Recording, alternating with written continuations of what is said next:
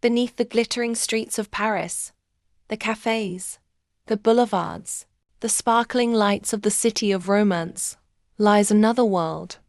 A world silent, endless, and built on death.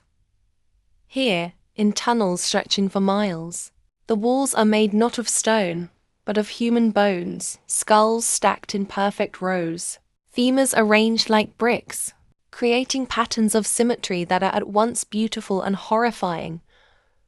An empire of the dead, hidden beneath the city of the living.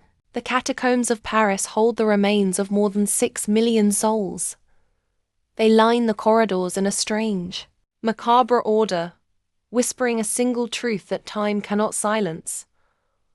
Paris, the city of light, is also the city of shadows. To enter is to step into history's darkest corridor, a reminder that beneath every glittering civilization lies a foundation of silence, bones, and memory.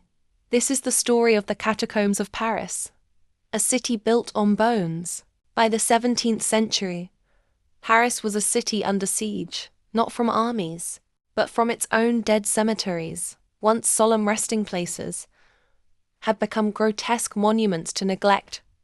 Graves overflowed, bones pushed through the earth, and crypts could no longer contain the mounting tide of corpses. The most infamous was the Cemetery of the Innocents, in the heart of the city. Once hallowed ground, it had become a festering pit. The dead outnumbered the living, piled layer upon layer until the very walls of surrounding houses bulged with the weight of decaying flesh. During warm summers, the stench was inescapable, carrying on the wind like a poisonous fog. For Parisians, death was no longer confined to graveyards. It seeped into their lives, literally.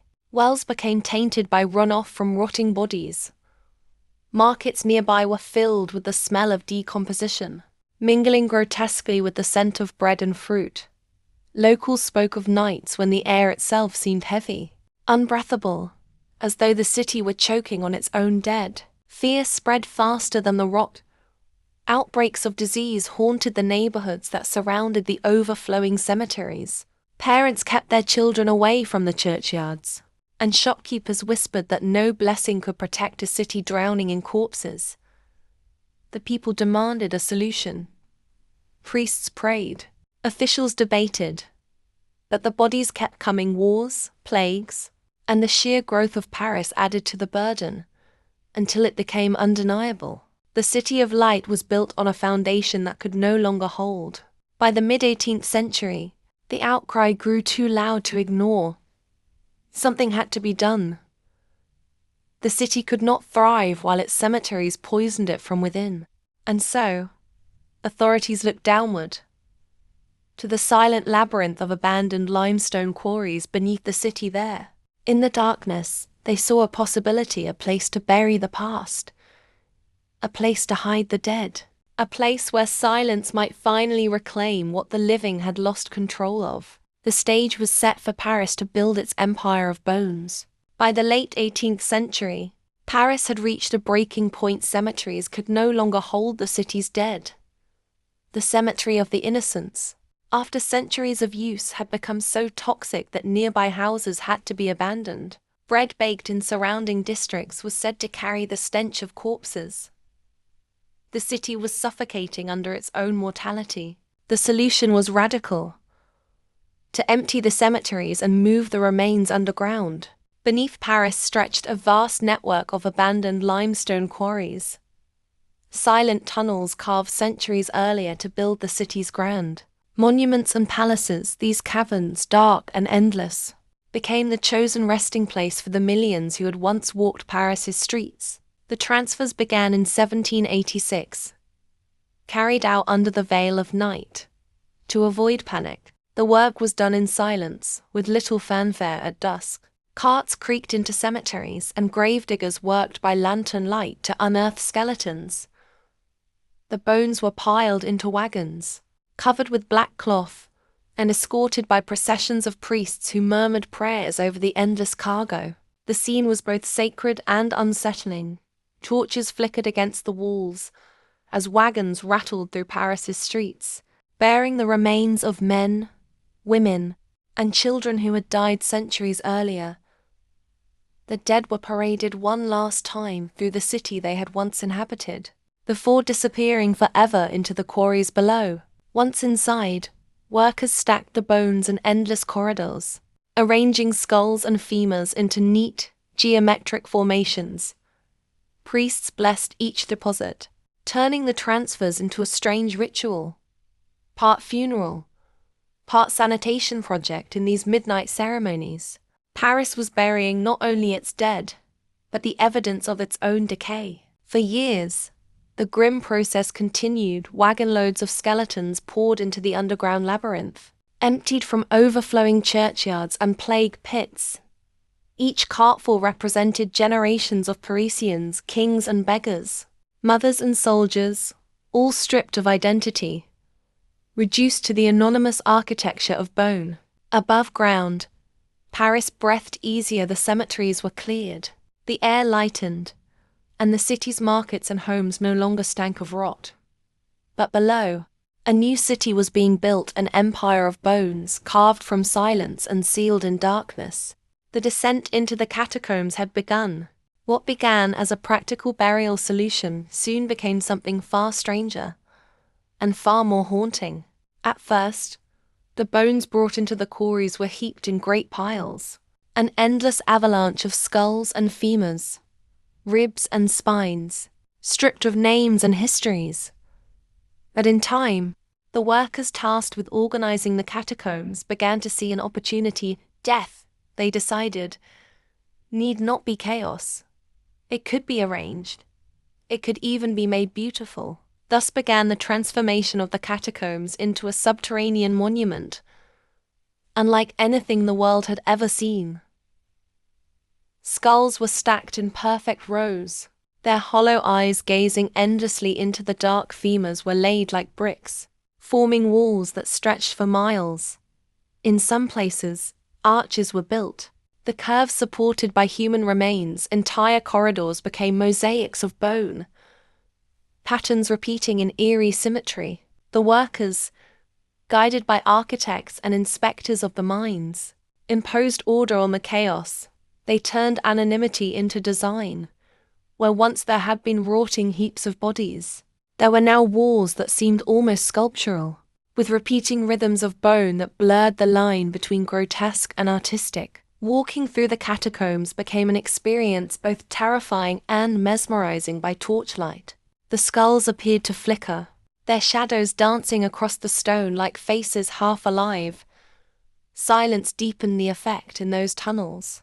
Surrounded by 6 million souls, the visitor was forced to confront mortality in its most physical form. Some found the place deeply spiritual, a reminder that all men, rich or poor, end in the same silence. Others found it monstrous, a desecration disguised as order. But whether viewed as art or horror, the catacombs became a city beneath the city, a kingdom of the dead, sculpted by human hands. As decades passed, the underground ossuary grew, swallowing more cemeteries, more histories, more lives above ground. Paris continued to glitter, its boulevards alive with music and light below. In the darkness, the bones accumulated, forming an empire that neither time nor progress could erase. Here, death had been arranged into permanence, a city of bones, designed to endure as long as the city of the living above it. The catacombs were not meant for the living, and yet, from the moment their tunnels filled with bones, they began to attract the curious, and with them, stories that blurred the line between truth and imagination. Visitors spoke of strange echoes that seemed too deliberate, too human, to be chance. A footstep would answer a footstep. A whisper would be carried farther than the torchlight could reach. In the silence of the underground, the mind filled the void with voices. Some swore they heard prayers, others laughter, still others the cries of the forgotten dead. Haunting tales spread quickly. It was said that the spirits of those buried against their will roamed the passages, Their unrest woven into the stone itself. Guards and workers reported shivers in the dark, lanterns that flickered without reason, and sudden chills as though someone had brushed past them unseen. And then there were the stories of those who entered and never returned. The catacombs stretch for more than 200 miles, a labyrinth beneath the city stray from the marked paths, and the tunnels twist endlessly. Each corridor a mirror of the last explorers who lost their way, vanished into the dark. Their remains discovered months or years later, if at all. Even in recent centuries, search parties have recovered skeletons of wanderers who died with their lamps extinguished alone in the eternal night. The catacombs became a mirror of human fear. Fear of darkness, of silence, of being swallowed by death itself. They were not merely an ossuary, but a psychological abyss, forcing each visitor to confront the fragility of life. In time, the legends gave the catacombs their reputation. A forbidden underworld lurking beneath Paris. Artists, poets, and mystics were drawn to its depths, convinced the tunnels held not just bones, but answers to the mysteries of life and death. For ordinary Parisians, the catacombs became a cautionary tale. Parents warned children of voices in the stone. Lovers dared one another to descend into the forbidden corridors, and always there lingered the sense that this was not just a burial ground, but a place where the living and the dead brushed shoulders, and where the dead sometimes whispered back. The catacombs had become more than a grave. They had become legend. The catacombs were never just a resting place time and again. They became a stage where history itself unfolded in the shadows. During the late 18th century, as the French Revolution convulsed Paris, the catacombs absorbed a new wave of death. The reign of terror filled cemeteries with victims of the guillotine, and once again the underground labyrinth became a sanctuary for the bodies the city could no longer contain. Revolutionaries, nobles, peasants, and soldiers, all stripped of rank and title in death, were lowered into the same darkness. In those years, the catacombs became a silent equalizer, where political enemies and loyalists alike lay side by side, their skulls indistinguishable in the endless walls of bone. But the catacombs were not only a grave, they were also a refuge and a weapon. Their twisting tunnels, largely unmapped, became the perfect hiding place for smugglers and outlaws in the 19th century. Gangs used the passages to move contraband beneath the city. Rumors spread of secret gatherings and clandestine rituals performed in chambers lined with skulls. By the 20th century, the catacombs once again found themselves woven into the great conflicts of history. During World War II, when Paris fell under Nazi occupation, the underground became a battlefield of shadows. The German army established a bunker within the catacombs, carving out command posts deep beneath the city streets. Hidden in the same tunnels, members of the French resistance plotted sabotage, coordinated attacks, and passed messages undetected. The catacombs became a silent witness to this invisible war above ground. Soldiers patrolled boulevards and monuments below. In the suffocating dark, whispers of defiance moved through the stone corridors in those moments. The city of the dead gave shelter to the living and offered them a weapon of secrecy against their oppressors. Legends of these wartime exploits still circulate among explorers of the catacombs. Hidden graffiti, carved into the stone by resistance fighters, remains etched into the walls. Some chambers still bear the scars of occupation, remnants of bunks, maps, and candle stubs left behind by those who made their stand underground. In every age, the catacombs absorbed more than bones, they absorbed history itself. The revolution, the smuggling networks, the resistance all left their marks in the labyrinth of silence. What had begun as a solution to overflowing cemeteries had become something more parallel. Paris, one that mirrored the city above with its own tragedies, secrets, and wars. The catacombs were no longer just a tomb. They had become a hidden stage where life and death, war and peace played out in the flicker of torchlight. Today, The catacombs remain one of Paris's most haunting attractions. But what most visitors see is only a fraction of the world below. Tourists are led through a carefully maintained path. A mile of tunnels lined with skulls and bones arranged into eerie displays here. The catacombs are presented as a museum of mortality, chilling, yet contained.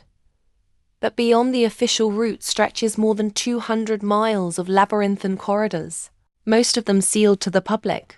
And it is in these forbidden spaces that the catacombs live a second life. Explorers known as cataphiles slip past barriers and warning signs to wander the hidden tunnels armed with flashlights, maps, and nerves of steel. They descend into the darkness, seeking adventure where the living rarely tread. For them, the catacombs are more than an ossuary. They are a secret city. Over the decades, these explorers have uncovered forgotten chambers, hidden wells, and even vast caverns where the bones give way to pure stone. In some places, cataphiles have staged elaborate events, secret concerts, film screenings, even underground art galleries lit by candlelight, to gather in a hall lined with skulls, with music echoing off the walls, is to experience a surreal communion with history itself. But the catacombs are not without danger. Their corridors twist endlessly, each passage resembling the last.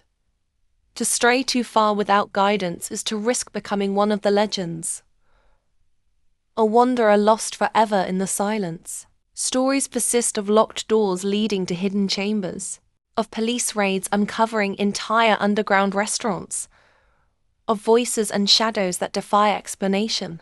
Authorities strictly restrict access, not only to protect the ossuary but to safeguard the reckless still. The allure endures. The catacombs remain a magnet for those drawn to the forbiddens, the uncanny, the eternal, above ground. Paris dazzles with light and romance below.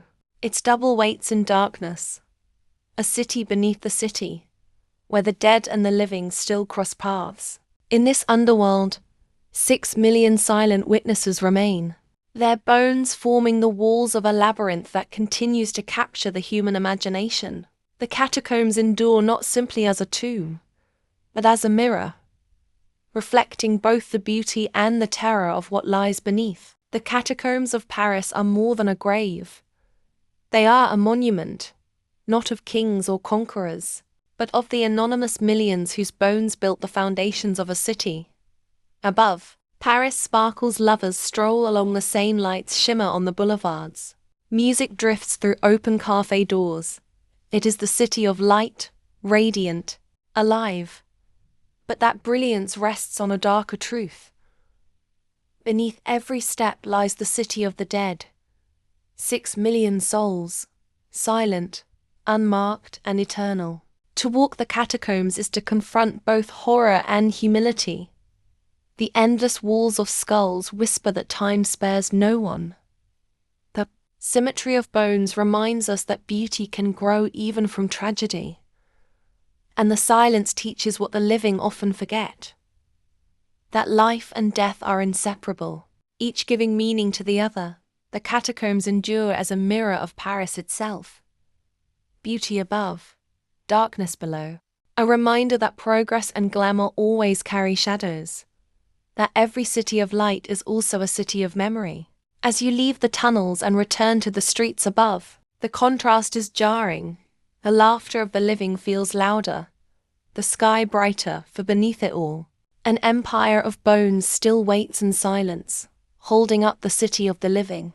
Paris will always be the city of light, but it will forever stand on a city of death.